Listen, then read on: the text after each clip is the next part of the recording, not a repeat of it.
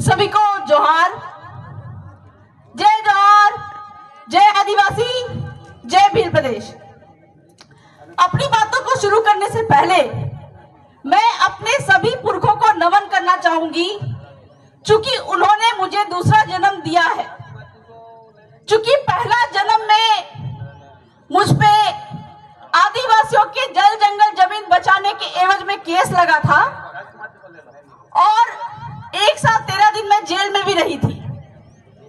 और वर्तमान के समय में कहा जाए कि सरकार ने हार मान ली, क्योंकि गुजरात हाईकोर्ट ने जजमेंट दिया कि आदिवासियों के जल जंगल जमीन बचाने के लिए किए गए काम कहीं भी असंवैधानिक नहीं है और मुझे रिहाई दी। वर्ष 2016 की बात है, जहां पे पूरे देश भर में एक भी आदिवासी अपने आप को आदिवासी कहने से इनकार करता था, शर्म महसूस करता था। लेकिन आज का दिन है कि पूरे देश का आदिवासी आज अपने आप को गर्व से आदिवासी कहने को तैयार है। इसके पीछे हमारे भील प्रदेश के 2 महान व्यक्तियों का बहुत बड़ा योगदान है और उनका नाम है दादा भंवरलाल परमार और दादा कांति भाई आदिवासी। उनके साथ में भी बहुत सारे ऐसे लोग हैं जो पर्दे के पीछे रह के आगे आके उन्होंने आज देश के आदिवासियों को गर्व से आदिवासी कहने पे मजबूर किया। और ये जो मुर्गी का पंख लगा हुआ बहुत लोगों को मैं देख रही हूं कि सर पे मुर्गी का पंख लगा के घूम रहे हैं। असल में ये वीरता का प्रतीक है। ये कोई आम आदमी सर पे नहीं लगा सकता है। ये उन्हीं लोगों को लगाना चाहिए जिन्होंने अपनी जिंदगी में बड़े बड़े काम किए हैं, आदिवासियों के लिए काम किए हैं। तो हमारे भंवर दादा के सर पे ये मुर्गी का पंख दिखाई दे रहा है, जायज भी है। लेकिन हमारे कांति भाई आदिवासी के सर पे भी ये मुर्गी का पंख होना चाहिए, क्योंकि उन्होंने भी बहुत बड़े बड़े काम किए हैं। और साथ में जो लोग अभी मुर्गी का पंख लगा के घूम रहे हैं, आने वाले दिन में आदिवासी समुदाय के लिए बड़े बड़े काम करने होंगे। ये इस मंच पे आपको शपथ लेना होगा। तो हम विश्व आदिवासी दिवस मनाते हैं और मेरा एक सवाल है कि आदिवासी कौन है? मतलब जिस समय यहाँ पे कोई मुगल नहीं थे, कोई तुर्क नहीं थे, कोई गैर आदिवासी नहीं थे, उस समय यहाँ पे आदिवासी रहता था। और भील क्षेत्र की बात करें तो हमारे भील पुरखे यहाँ पे रहते थे। उन्होंने ही गांव बसाया। गांव बसाने के बाद में गांव का सीमाना तय किया, नदी, तालाब, पहाड़, जंगल देखा और बोला कि हमारे आने वाले वंश है, इन्हीं नदी में पानी पिएंगे, इसी पहाड़ों पे पूजा करेंगे, इन्हीं जंगलों से लकड़ियां तोड़ेंगे और गांव की खाली पड़ी जमीन पे सामुदायिक काम होंगे। लेकिन आज गांव की खाली पड़ी जमीन हम बोलते हैं कि सरकारी जमीन है। मतलब गांव की खाली पड़ी जमीन सरकारी जमीन है। यहाँ पे बैठे हर एक व्यक्ति को जो जमीन मिलती है, क्योंकि आज जो पूरे देश भर में झगड़ा है वो जल जंगल जमीन की ही है। तो वो खाली पड़ी जमीन जो हम बोलते हैं सरकारी जमीन, यहाँ बैठे हर एक व्यक्ति को जो जमीन मिलती है वो बाप के बाप के बाप के बाप से मिलती है। अगर खाली पड़ी जमीन सरकारी जमीन है तो सरकार के बाप का नाम क्या है? सरकार के बाप का नाम भी तो कुछ होना चाहिए। तो सरकार के बाप का नाम नहीं है, क्योंकि हर 5 साल में सरकार का बाप बदल जाता है। कभी भाजपा की सरकार होती है, कभी कांग्रेस की सरकार होती है, तो कोई भी एक बाप नहीं है। तो वो खाली पड़ी जमीन जो है वो जिसने जिस गांव को बसाया, चाहे मसार ने बसाया, चाहे डिंडोर ने बसाया, पूरा नदी, तालाब, पहाड़, जंगल उस आदिवासी गांव का है। और आज हम बोलते हैं कि वन विभाग की जो जमीन है वो भी वन विभाग की है। तो हमको वन विभाग से भी ये सवाल करना होगा कि ये जमीन, ये जंगल अगर तुम्हारे बाप का है तो बाप का दस्तावेज दिखाओ। कभी नहीं दिखा पाएंगे। यहां तक कि हमारे आदिवासी जमीन के अंदर में जो खनिज है मुझ पे जो केस लगा था झारखंड में, मैं झारखंड से हूं और भील प्रदेश में मेरी शादी हुई है। मतलब सरकार भी, झारखंड का पुलिस भी मुझे कभी पकड़ नहीं पाया। तो एक ये वीरता पुरस्कार मेरे पति को भी, भील आदिवासी प्रसून मसहर भील को भी मिलना चाहिए, जिसको सरकार नहीं पकड़ के रख पाई, उन्होंने उसको, मेरे पति ने मुझे पकड़ के यहाँ पे लेके आए और मुझे भील प्रदेश की बहू बनाया। तो ये भील डीएनए ही है।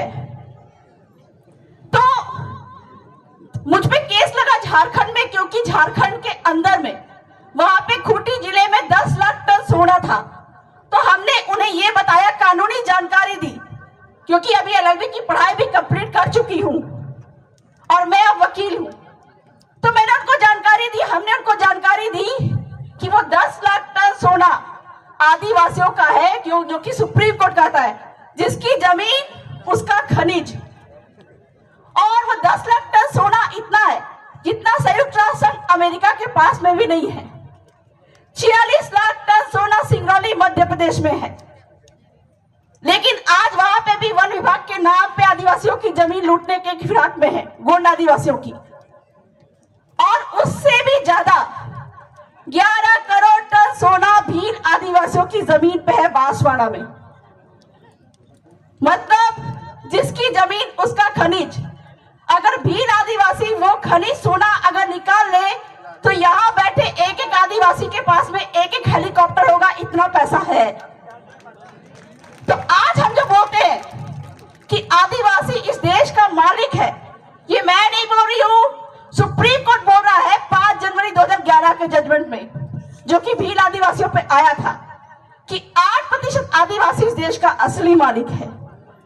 और ये जल जंगल जमीन खनिज अगर आदिवासियों के पास में आ जाए तो सरकार को भी सरकार चलाने के लिए हमारे पास में आना पड़ेगा। यही कारण है कि हमसे वो जल जंगल जमीन खनिज छीनना चाहती है।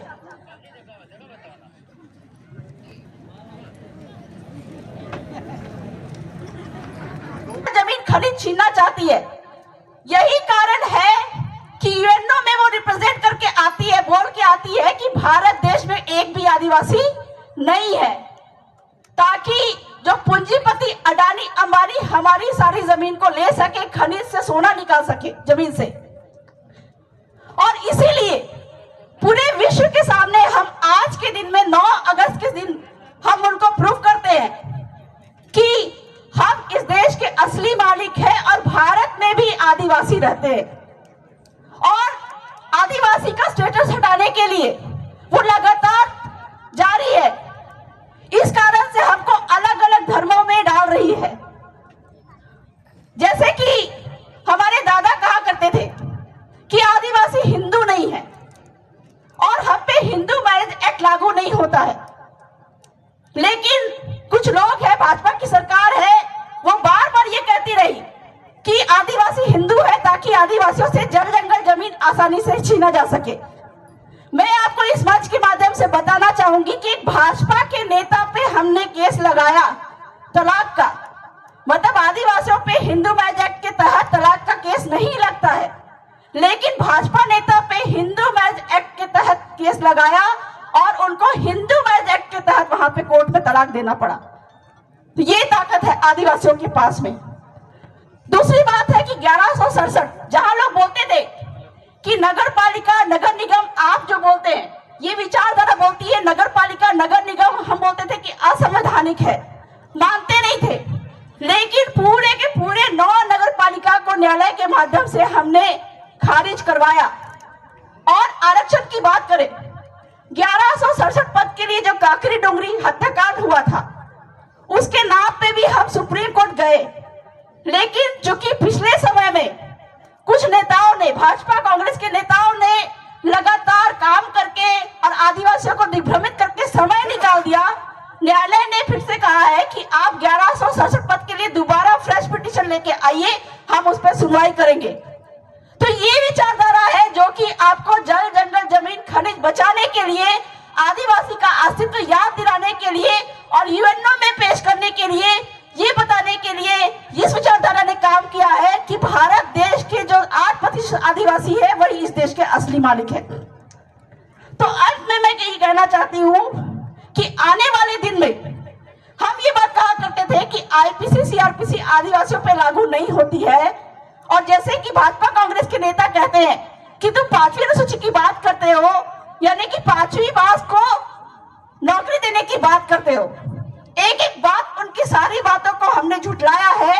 आने वाले दिन में आईपीसी सीआरपीसी को भी आदिवासी क्षेत्र में जो वहां पे लोग जो है जेलों में ठूसे जा रहे हैं, इसके खिलाफ में भी हम सुप्रीम कोर्ट में जाके वहां पे आदिवासियों को न्याय दिलाएंगे और भोले भाले आदिवासियों को, निर्दोष आदिवासियों को जेलों से मुक्त करवाएंगे। तो समय का अभाव है, आगे भी बहुत हमारे महंगे मेहमान हैं और भी बातें होती रहेंगी आने वाले समय में। तो बहुत बहुत जोहार, जय आदिवासी, जय भील प्रदेश। बहुत बहुत धन्यवाद।